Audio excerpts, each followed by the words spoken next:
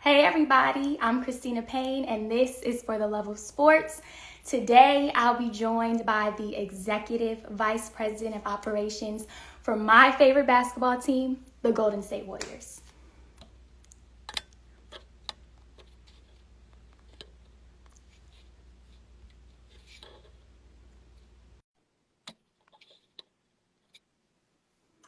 So today I'll be joined by Kirk Lakeup. Hi, Hello, how are you doing? good. How are you doing? I'm good. So I just mentioned you're the Executive Vice President of Operations for the Warriors. I know that the VP of operations, it looks different for different NBA teams. I know the job duties are different. So what does it look like for the Warriors? What does your job entail? Well, yeah, you're right. It really is different for every team. For us, Bob is our leader. He's in charge of everything basketball, and my job is to support Bob. We've Mhm. been together here for 10 years, Wow. and it's really everything that he either uh, doesn't want to do or doesn't think he's great at. He just Uh-huh. says, "Kirk, figure it out." Okay. And so that's generally how it works. But it's really everything. It's all encompassing. I do a lot of budget, salary cap work with our salary cap people, scouting, college pro, international still, putting together the rest of the staff. So it's all encompassing, but that keeps it fun. Okay. So what are some of your like day-to-day duties? Oh, wow. My day-to-day duties have changed a lot the last few years. It used to Okay. involve flying like every other day somewhere to Okay. watch games. Okay. Those are the old days. That was fun. Now it's probably spent primarily on calls and writing emails to try to figure things out, like what the bench seating is going to look like this year Uh, in the arena, given when we get fans back. What the protocols are for players. yeah. Um, as we get back into a situation with a full capacity building. Mhm. So it's certainly changed. But my hope is that there's less of that and more basketball coming soon. Got it. Yes. Well, you already have such a cool dream job. Is there like where do you go from here? Is there anything else you're interested in doing? Well, you're right. It is a dream job. Hmm. It is literally the job I dreamed of as a kid. Um, incredibly fortunate that I ended up here. I actually wrote an I dream kind of paper when I was in third grade, where most Oh, people say, I dream of being an astronaut, I dream of being a uh-huh. fireman. And I wrote, I dream of being president and general manager of the Golden State Warriors. And then I had all these great ideas. And my mom actually saved this. We have it Uh-huh. at the house. I don't know how I knew those terms, but Yeah. I believe I traded for Charles Barkley and Shaq at the time. Uh-huh. But no, it is an incredibly fun job. I'm so fortunate. We've obviously had a lot of success. Mhm. Um, but I have a lot of other interests too, and luckily I get to scratch that itch. Yeah. I kind of have a dual role as the vice president of GSW Sports Ventures, where we work on things that the team, the organization can invest in, Mhm. and become hopefully another future business arm, whether it's esports. We have a couple other smaller investments we've done into companies in the kind of sports or media world generally. Mhm. But yeah, so I've got that. I actually thought I would never get to do what I wanted to do in sports, and so I Yeah. had this whole different career planned that I would go into kind of the venture capital startup world. Yeah. Um, and now I kind of get to live both worlds. Yeah. So really fortunate. It's really fun. Yeah, no, that is so cool. So clearly you are a Warriors fan through and through, and you've held different positions within the organization. What is your favorite Warriors memory? Oh my God, there are so many. I bet. It's it's been an incredible run. Uh-huh. I've been here for 11 years, and I think I'll go back a little bit old school because it's not as much as winning is great and is fun, and obviously I'll remember us winning championships. I realized when we won for the first time in 2015, and we actually won the G League title. Back then it was the D League. About 2 months prior to that, and I was Uh-huh. very involved in that. So it's you realize it's not those end games that you're really doing this for. It's everything to get to that point. Yeah. And it's the people that you work with. And so for me, like my proudest moment is seeing all the people I worked with my first year in the D League, way back in 2012, I think it was, Mhm. in North Dakota, Bismarck, North Dakota. Yeah. Um, Seeing them get jobs that they wanted in the NBA, and they all made it. That was the most satisfying part. And so I kind of look back at my favorite memories, and it's the early stuff with those people. It's the 2013 Summer League title where we spent 2 weeks in Vegas and grinding, and we had a lot of young guys who became really good NBA players. It's those sort of things that I actually remember most fondly. Yeah. Um, so it's weird, but also like the anguish of defeat. Mhm. I won't say I like it, Yeah. but it's like it's necessary, and it's like seared into your brain, and it kind of supercharges you to move forward. So, Yeah. I've whether it was Game 7, 2016, whether it was a G League back to back, we went to the finals and lost before we went a third time and won. And so And it's like one. all those little things. But if I had to pick one, I know I'm going a long answer to this. I had to pick one thing. I will say Klay Thompson Game 6, 2016 OKC. Okay. Um, that was maybe the most fun I've had watching a basketball game. I'm known Mhm. for being very flatline watching basketball games, and it Okay. Very annoys a lot of people calm. around me. Yeah, they either think I don't care, Okay. or they're frustrated because they're nervous and Yeah, and anxious, they're like, and why aren't you showing yeah, me? they're like, can you just like hit something? Can you yell? Can you do anything? Yes. And I'm always like, but that game got me out a little. I was fully a fan. I mean, I knew Yeah. like our season was in the balance, but I was fully a fan. It was so incredible to watch. Hmm. Um, that probably is my favorite Your favorite kind one. of, yeah, that was a special one. Okay. Yeah. No, I bet it was. So when it comes to the times you all won the championship, what was your favorite championship run? Which one was Oh my God, you're asking me like pick between my favorite kid or something. I Um, know. they're all different. Yes. I think, yeah, like I said, they're you love them for different reasons. Hmm. Um, and maybe this is like unfair, but like the first one is always different. Hmm. Um, Special because it's so surprising, and you don't know how you're gonna feel. Yeah. And I remember being like elated but somewhat confused. I was like, is this what it's supposed to Yeah. feel Like, like to yeah. win? Like Is this this is real? what yeah, is this what it's like to be on the top of Mount Everest? Like I just did this whole climb and Yeah. whoa. Um, but like I said, each one has kind of a special memory associated with it. But like, we won one where we were here. Um, Hmm. in Oakland, and that was different. But yeah, Yeah. in some way, the first one will always hold like I have the most. I guess that the memories are most seared into my brain from the first one. From the Everything first one. else, yeah, kind of jumbles to. After 11 years, a lot of things run together. I actually forget which things happened certain years until Uh-huh. somebody reminds me. Wow. Okay. No, that's cool. And then so I heard, so you were a part of the design for the championship rings. Hmm. For Yeah, were you part of for all three of them? yeah.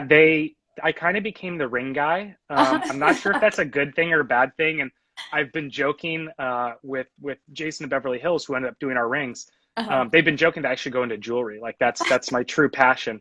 You should be a And jeweler. and I can tell you, I have never worn any jewelry. I'm just one of those. I can't even wear a watch anymore. I Uh-huh. just like I need. But they were great to work with. So Right. shout out to Jason and Brant. Uh-huh. They were, and they just got. I know they just did the Tampa Bay Bucks rings, and that was exciting. But that was a really cool process. I like Yeah. learning things. Like I Uh-huh. like kind of figuring out puzzles, and that to me was like a whole new air, like a whole new world that I didn't know anything about. Yeah. So that was really fun, and I think we did some fun stuff. That first year was a really classic design. That's what we wanted to go for, Okay. timeless and classic, and then we wanted Hmm. to build off of that. And I will say we have some designs that are unmade. Oh. We have some ideas that we were Hmm. kicking around if there was a fourth or a fifth or a sixth championship. Hmm. So I would really like to execute those. I'd really Yeah. like to make those rings. Yes. Okay, yeah, because I was gonna ask which one is your favorite, but then I was gonna say, are you like Tom Brady and you're gonna say the next one? The next ring is your favorite. Yeah, well, Tom Brady's given us a lot to think about. Uh-huh. He keeps winning rings. He keeps Yeah. going older. why can't we do that? Let's do that. Yes, yes. Okay. Well, can you share a funny story with a player or players that has never gotten out to the media before?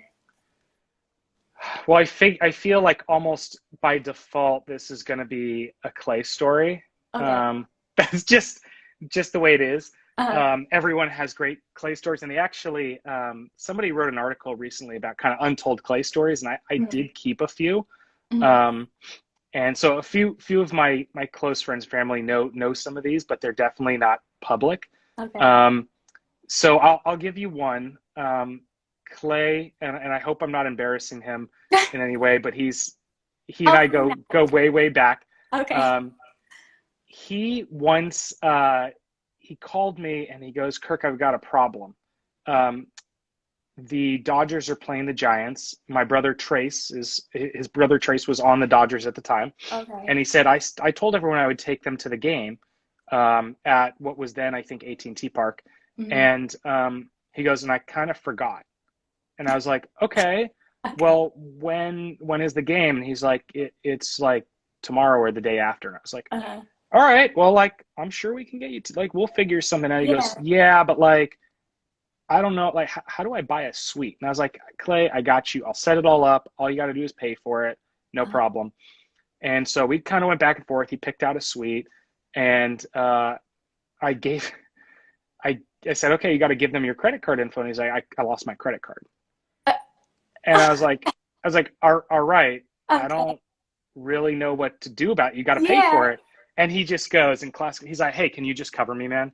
And I was like, I can't cover you. Yeah. It's against the rules. And by the way, like, I don't want to be out like 5 grand. Yeah, I was gonna Um, say that's a lot. so he goes, okay, I got you. Just cover me and I'll pay you back. And so his mom, Julie, texts me and says, I'm really worried. Make sure that Clay brings a check. Like, make sure he gives it to you. I'm going to be on him. And so my house is pretty close to AT&T Park. He shows up the next day Mhm. for the game with his family, and I'm actually not home yet from the office. And so my then girlfriend, now wife, meets him with the tickets, Uh-huh. um, and he just like walks into my house and is like hanging out in my house with her. Okay. And I get home and I'm like, "Oh, Clay, you're here. You made it." And I was like kind of Yeah. surprised he was like on time because he's Yeah. rarely on time. And he goes, "Oh, before I forget," and he reaches into a pocket and he hands me this crumpled piece of paper. And I Uh-huh. was like, "What?" And I like uncrumple it and it's a check for like $5,000. I'm like, "Oh my Uh, God, Clay." And then I get a text from his mom and she goes, "You're not going to believe it, but he first signed the check on the back. He endorsed it oh, instead on of the back. signing it." And she's like, Clay. So that was really it kind of it's everything about Clay that we love. Mhm. And he went to the game and he's like, hey, come with us. And so we ended Yeah. up going with him to the game. Fun. But it's one of those things. I think he learned a lesson. And I know his mom, Julie, is very happy he learned how to write checks from that point forward. So I hope I don't embarrass him with this, but Clay, if you find out, it was a long time ago. I know you know how to write Yeah. checks Now now. he knows how to write checks. Yeah. Yeah, so he won't make that mistake again. That is funny. That is funny. And who ended up winning the game? Um, I actually don't remember who won the game. I think Trace got a hit. I'm Okay. pretty sure, which is kind of all we were focused on at the time. And it Okay, was a exactly.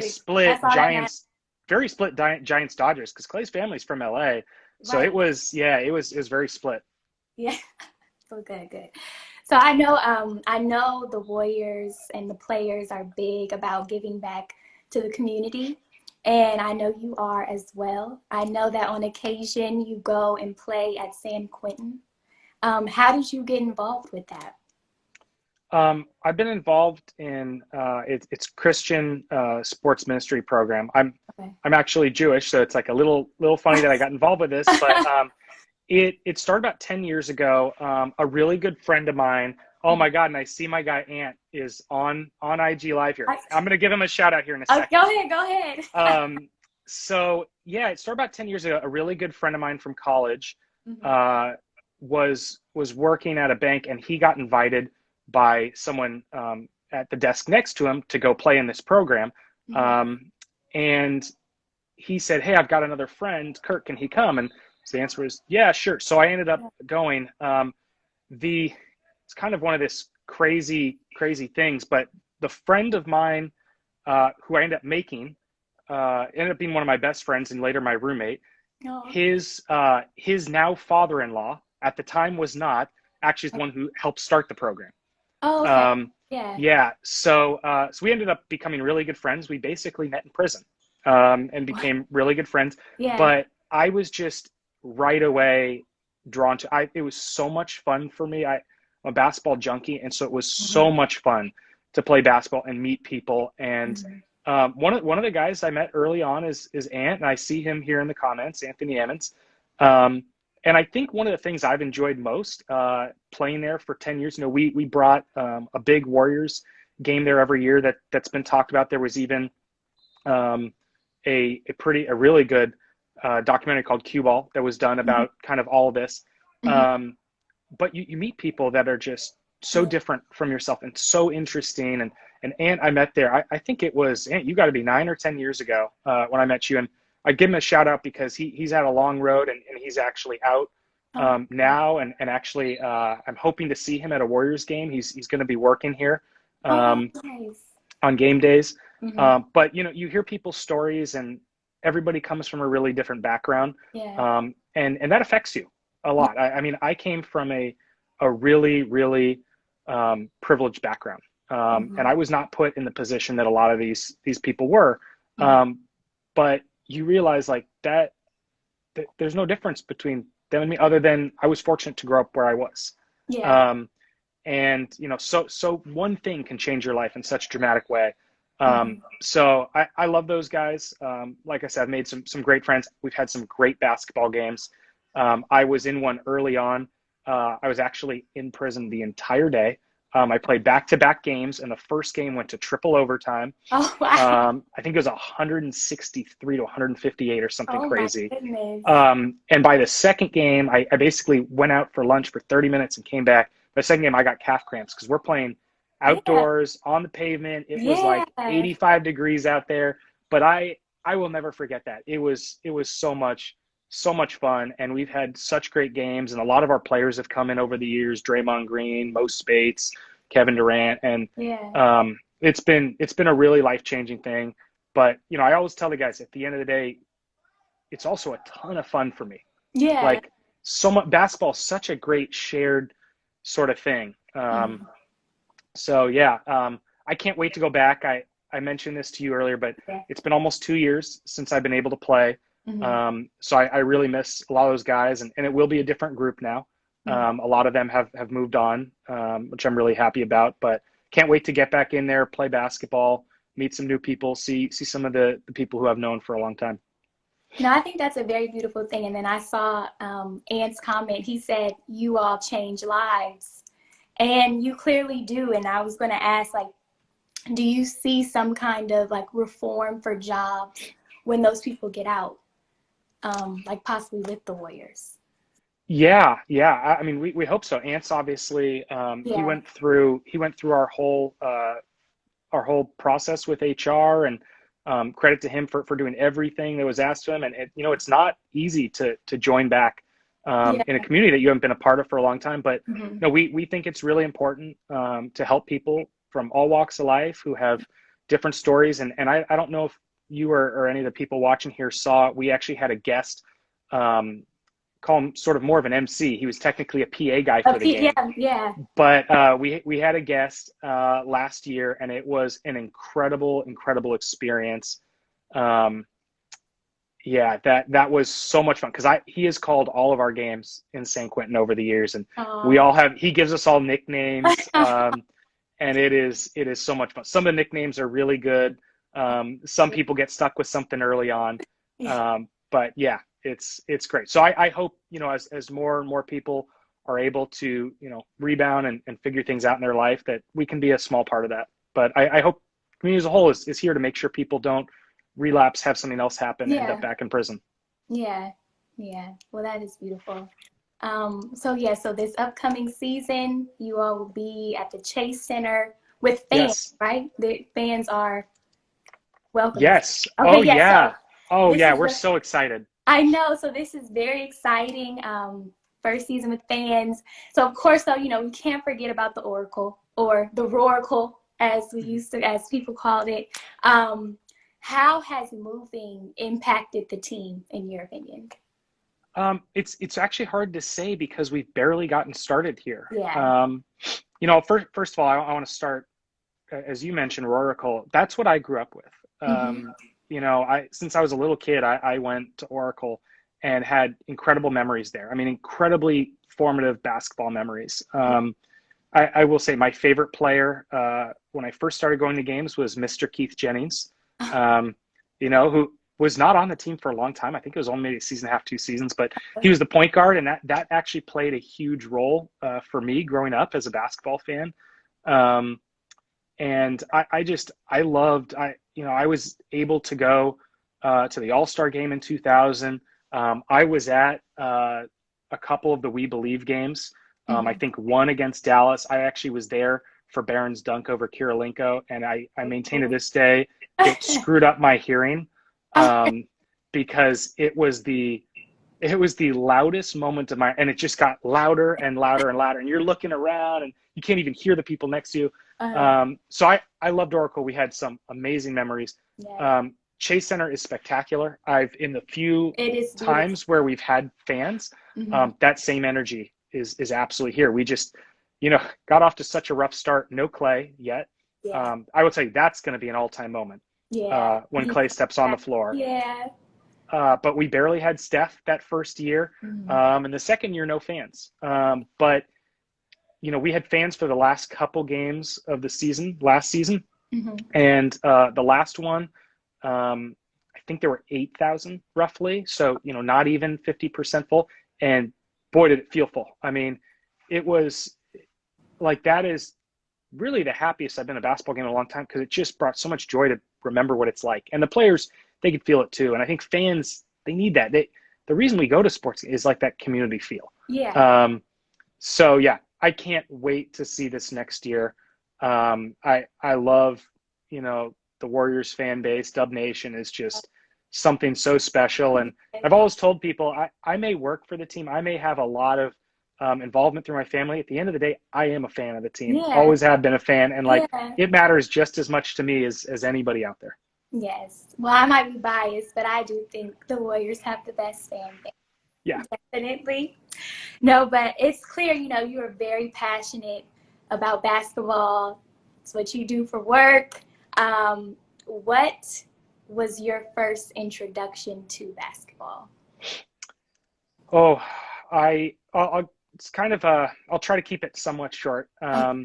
So I started playing basketball when I was, I don't know, 5, 6 years old, somewhere in there. And it was really, I played kind of every sport at that time. My dad really loved basketball.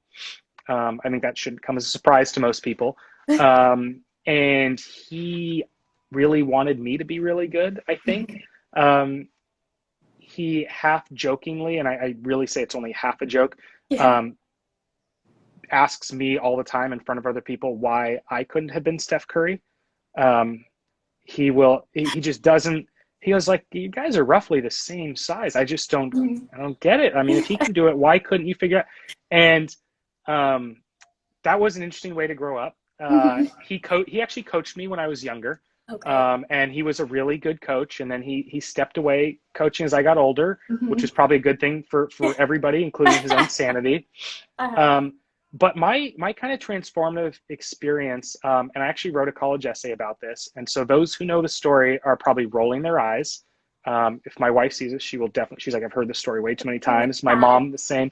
But when I was in 4th grade, I was playing in the school league and I was a pretty good player. But I had these big glasses starting in 4th grade, and I was really self-conscious about it. And so I actually wore rec specs when I played in games. And it's hard when you're 9 years old, and kids are not always nice about it. Yeah. And I walked in the start of the game, and the opposing coach looked over and pointed to his 2 best players and said, "Who's got glasses?" And as a 9-year, I was like crushed. I was like, I know. that's my Especially coming identifier, from an adult. glasses. Yeah. Yeah, and honestly, like years later, no ill will, maybe I even heard it wrong. Who knows?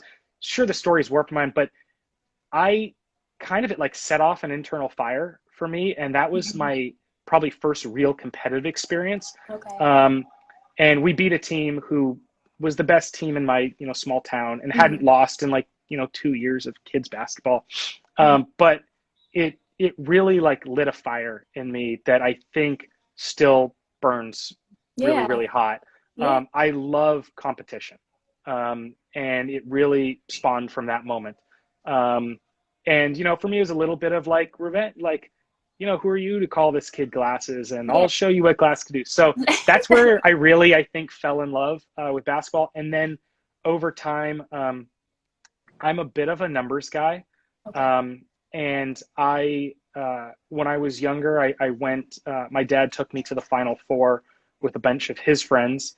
And on the way out there, I would read um, the entire like encyclopedia, the history of the NCAA tournament, and I would just repeat things. And so Wow. they actually nicknamed me Rain Man. Okay. Um, and so that's stuck with me for a long time. Uh-huh. Yeah. But I've always loved the numbers involved, and Mm-hmm. I've followed everything. I mean, somewhat embarrassing. Again, people who know me well know this. I read every box score every single day Yeah. still, as one, to make sure I know what's going on to an extent, Mm-hmm. but two, it's like kind of a cathartic thing. Like that's kind of that's what I do before I go to bed. I read box scores, Okay. and it just like I just zoom through them, and then I'm good. I'm like finally at Yeah. peace, and I can go to Yeah, sleep. I was gonna say, so clearly it's very calming to you. This is what relaxes you. Yeah. Reading scores. Wow. No, that's really nice. Well, yeah, no, it's clear. Well, now you are living a dream. You are truly in something that you are passionate about. That is really cool. Um, Thank you so much for your time. I wish the Warriors much success this season. I'm very excited to see. Hopefully, I can come and catch a game at the Chase Center. Oh, I hope so. I hope so. Yeah, we're gonna have such a great time this year. But thanks for having me, Christina. Really, really fun. I think we talked about this before. I think I've only done like one other IG live before, so this is a Okay. Yes. fun way to do it. And I mean, it's always fun to see people I know and some old friends Yeah, in the comments. joining in here. Yeah. Yes. No, well, thank you so much. And thank you to everybody who tuned in. Stay tuned for the next guest. This is for the Love of Sports. All right. Have a good day. You too.